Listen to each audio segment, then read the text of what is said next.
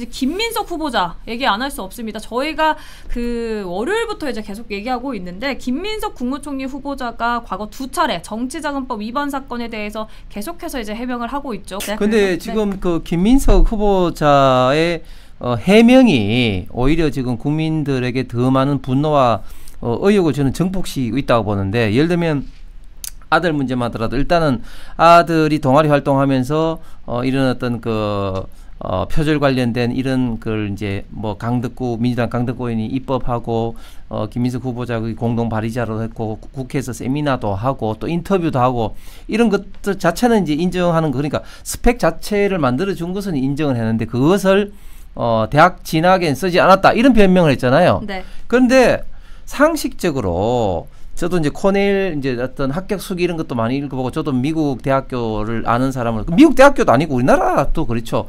학업 성적도 중요하지만 대학교 하기 위해서는 그동안 어떤 그런 어떤 활동, 학교 뭐 교내외 활동, 그리고 어떻게 보면 또 이 학교에 오게 되는 어떤 뭐 동기, 그런 어떤 학업 성적 이외에도 굉장히 중요하지 않습니까?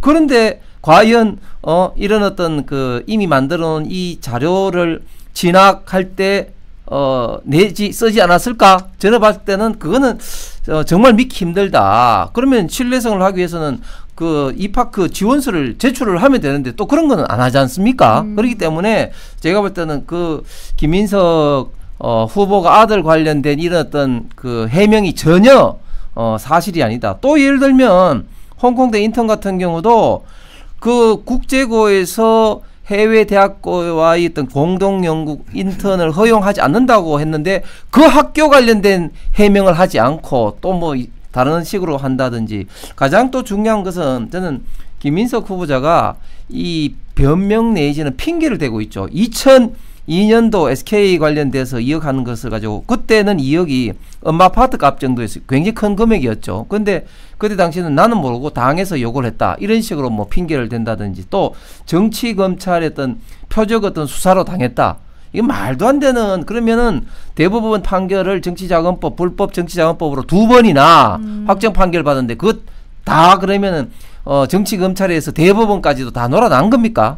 요즘은 민주당 의원들을 껄핏하면은 이재명 닮아서 그런지 몰라도 정치 검찰에 다 당했대. 깜빵에는 이화영도 그렇고 김민석도 그렇고 다 그렇게 이야기하는데 그는 말도 안 되는 일이다. 그리고 가장 큰 문제는 2020년과 2025년 사이에 순재산 증가가 8억 가까이 있었는데 그 사이에 본인이 쓴 게 추징금 6억 2천을 납부하고, 그 다음에 또 카드비 현금 2억 2천 쓰고 또 뭐 헌금을 또 2억 했다. 최소한 10억 이상을 쓰고 또 이제 그 재산이 8억이 늘었기 때문에 18억에 대한 어떤 수입원을 이야기를 해야 되는데, 지금 국회의원 세비로 한 1억 5천에서 5년 동안 한 7억 정도 한 푼도 안 쓰고 지금 자녀의 어떤 교육비라든지 이런 것을 전처가 다 했단 전자에 한 푼도 안 쓰고 해도 한 11, 2억은 그럼 돈이 어디서 났느냐 이렇게 물으니까 어떤 이야기 합니까?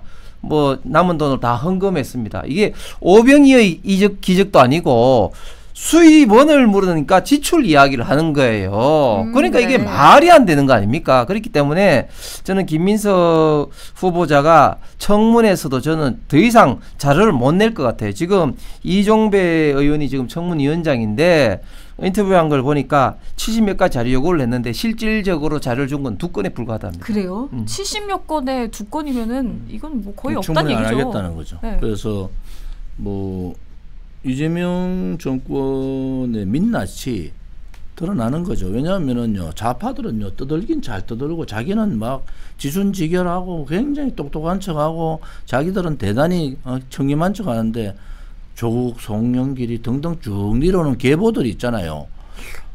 우리가 일반 사람들이 상상을 못하는 일들을 하잖아요. 근데 또 똑같이 이재명이 좀 이제 커버를 하고 있는 거야. 그럼 뭐 대강 해명된 것 같다 이런 얘기를 해요.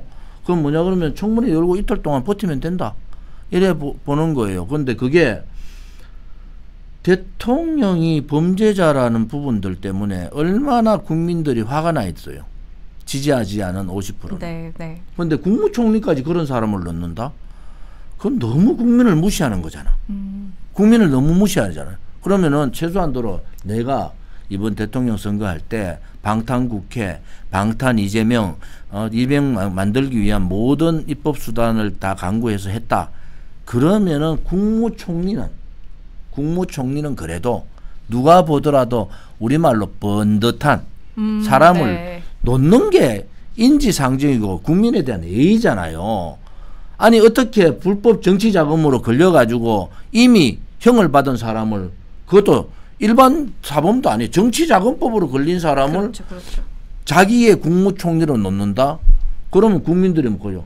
앞에도 도둑놈, 뒤에도 도둑놈. 그러면 그 뒤에 온 놈들 다 도둑놈이라도 되는 거야. 아무 문제가 안 되잖아요.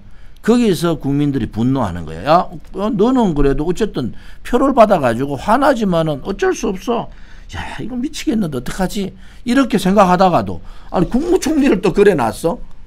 야, 그러면 이건 도대체 무슨 나라가 어디로 가는 거예요? 나라가 불의로 가는 모습이 보이고, 아니 죄를 저질러도 대통령도 될 수 있고 국무총리도 될 수 있어. 그것도 아주 교묘한 정치자금법에 걸렸는데 그래 될 수 있어. 이런 인식을 가면은 이재명 정권에 좋을까요? 그래서 내가 이재명 정권에 얘기하고 싶은 얘기는 그냥 김민석은 안 된다. 이 정도에서 끝내고 사람 찾아보세요. 그런데 김민석 후보자도 사퇴 안 할 거고 난감 안 될 것 같기는 해요. 대통령이 뭐 돌아서 이거 지금 암만 해도 안 되겠네요. 내가 뭐 총리 하라고 했으니까 뭐 내 할 도리는 다 했지 않습니까? 이제 뭐 본인이 그냥 하시죠. 이렇게 하면 되지. 뭐 이랬다 저랬다 한두 번 한 것도 아닌데, 저는 이재명 정부를 위해서 하는 소리가 아니에요. 이게 근본적인 대한민국의 정의의 개념이, 범죄의 개념이 무너진다. 네. 범죄자가 이제는 대통령도 되는데 뭐 총리는 못 돼? 그럼 그 총리가 이제 민정을 통해서 인사검증을 하고 할 텐데 그 추천을 누가 해요? 총리가 하는 겁니다. 추천을. 그럼 총리가 그 추천할 때 손이 안 오그라지겠어요? 그런, 제발 좀 더 나가지 마라. 이재명 한 사람으로 됐다. 그냥 더 나가지 말고 김민석은 아닌 것 같다. 대강 여기서 철회를 하시는 게 맞다. 지금 뭐 이재명 정권은 김민석 후보를 끝까지 밀어붙일 생각이죠. 그런데 지금 이제 해명하고 있는 것들이 이제 거짓으로 드러나게 된다면 그때부터는 굉장히 더 큰 부담이 될 겁니다. 예를 들면 그 아들 이런 어떤 교육비라든지 이런 것을 전처가 다 했다. 그 KBS 아나운서 김자영 씨가 다 했다. 이렇게 이야기했는데 그걸 만약에 김자영 아나운서 가지고 내가 안 했다 이런 식으로 뭐 이야기를 한다든지 그렇게 되면은 완전히 거짓말로 탈날 것 같은데, 그런데 저는 김민석 후보가 원래부터 굉장히 거짓말을 많이 하는 게 쭉 이력에도 나와요. 대표적인 이력이 어떤 거이냐면 2000년도 새천년 NHK 사건 있지 않습니까? 5.18 전야제임에도 불구하고 당시에 뭐 박노해, 우상호, 뭐 김민석 뭐 등등이 룸살롱에서 술 마시는데 그게 이제 임수경 씨가 가가지고 이제 뭐 우상호한테 막 한 소리 듣고 이렇게 이제 했는데, 그에 대해서 이제 많은 비판이 있으니까 김민석은 어떤 이야기를 했냐면, 그리고 우리 그때 뭐 가라오케에 갔는데 뭐 여성 접대부는 없었다 이런 식으로 이제 변명을 했어요. 네. 했는데 임수경이 이제 페이스북에 이제 했다가 나중에 지웠지만 어떻게 했느냐, 뭐 내가 이제 그거 갔는데 김민석 선배는 옆에 웬 여성들이 양쪽에 있어가지고 내가 온 것도 몰랐다 이렇게 한 게 있어요. 그러니까 뻔한 거짓말을 지금 하고 있는 겁니다. 그런데 저는 김민석 후보는 애초부터 총리로 적합하지 않다고 봐요. 첫 번째 이유는 뭐냐면은 일단 능력 문제인데, 지금까지 역대 총리들은 다 행정부의 장관이나 자치단체 경험이 있는 분들이에요. 왜냐하면 행정각부 장관을 통할하고 행정각 일어난 일에 대해서 어떻게 보면 좀 관리하고 조율하고 이렇게 하기 때문에 행정을 알아야 됩니다. 그런데 김민석 후보는 그런 경험이 전혀 없잖아요. 그 다음에 또 두 번째는 총리라면 그래도 상징적인 어떤 통합의 의미가 있어야 되는데, 네. 예를 들면 윤석열 전 대통령 같은 경우, 한덕수 총리 같은 경우는 호남에다가 또 노무현 대통령의 또 총리했기 때문에 여러 가지 어떤 통합적 의미가 있었지 않습니까? 그런데 김민석 후보는 그런 어떤 통합적 의미도 전혀 없습니다. 그래서 실력도 없고 통합에 든 이미지도 없는 사람이 저는 이재명 정권의 초대 총리로 되는 것이 이재명 정권에도 저는 굉장히 불행한 일이 될 거다 생각하는데, 그런데 더 진짜 이해할 수 없는 것은 이렇게 많은 국민적인 의혹과 그리고 이제 분노가 있음에도 불구하고 지금은 마치 총리가 된 것처럼 행동합니다. 경제부처의 업무 보고를 받고 또 맞아요. 보고 받았죠. 네네.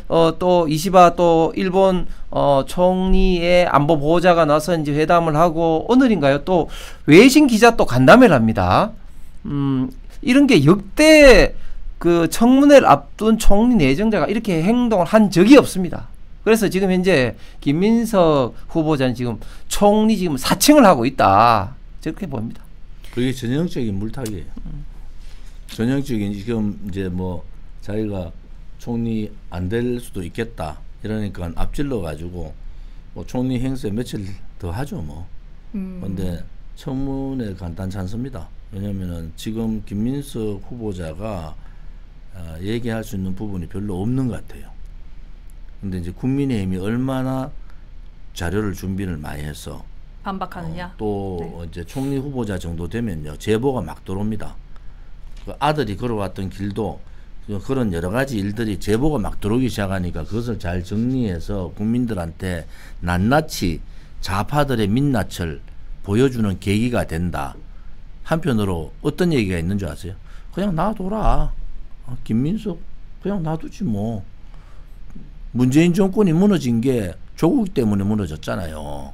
그러면 이제 가만히 놔두면 스스로 무너질 거라고 생각하시는 문재인 거예요? 정권 때 조국 무너지는 걸 보듯이 김민석을 그냥 놔두면은 두고두고 아킬레스건이 될 텐데 그걸 이제 이재명 측에서 알아야 되는데 모르겠어요. 지금 그 뭐 김민석뿐만이 아니고 또 여러 가지 지금 문제되는 사람들 되게 많잖아요. 네. 뭐 그 사람들 그냥 놔두라는 거야.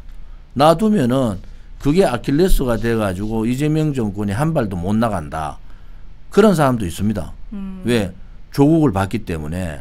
조국을 지키려다가 문재인 정권이 얼마나 악수를 많이 뒀습니까? 그래서 그런 부분들도 이제 우리 우파의 국민들이 알아.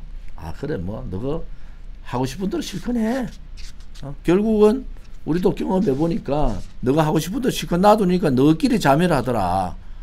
이제 우파들 아는 거예요. 근데 자멸하는 건 좋은데 오른쪽에 우파들이 준비가 안 돼 있어. 네. 무엇을 떠들어줘야 되는데 떠들 준비가 안 돼 있으니까 제가 영남권 국회의원들 저도 뭐 혜택을 본 사람이고 삼선까지 했는 사람이니까 그냥 가만히 앉아서 국회의원 한 번 더 하면 뭐합니까?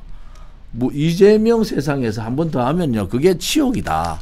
그래서 아이고 나 국회의원 이제 그만하더라도 이재명의 괴물 사회주의 독재는 막아주는 것이 맞지 않아. 특히 3선 이상 국회의원들은 이재명 정권 하에서 싸우지 않고 가만히 다음 한 번 더 하겠다 생각하지 말고 네. 이번에 끝이다. 이번에 마무리하고 끝내자.